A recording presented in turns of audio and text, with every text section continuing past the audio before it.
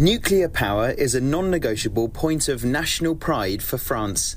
The country derives about 70% of its electricity from nuclear energy and now wants to boost its capacity with up to 14 new reactors.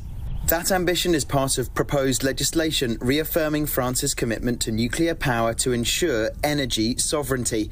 Nuclear power stations have a minimal carbon footprint, helping the government to meet its green goals.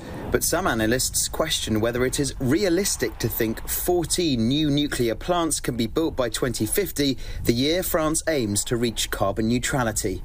I would say we could consider maybe 5-6 new nuclear units in France by 2050, but obviously that will not be enough to fill the void left by all decommissioned nuclear plants, and therefore we will need still our solid hydro base and a much increased renewable capacity.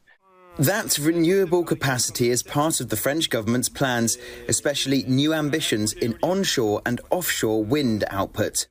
The output from France's power stations is not just for domestic consumption.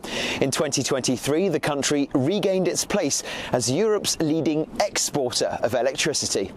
In 2022, for the first time in more than 40 years, France imported electricity. That was due to an unprecedented number of outages in its nuclear reactors.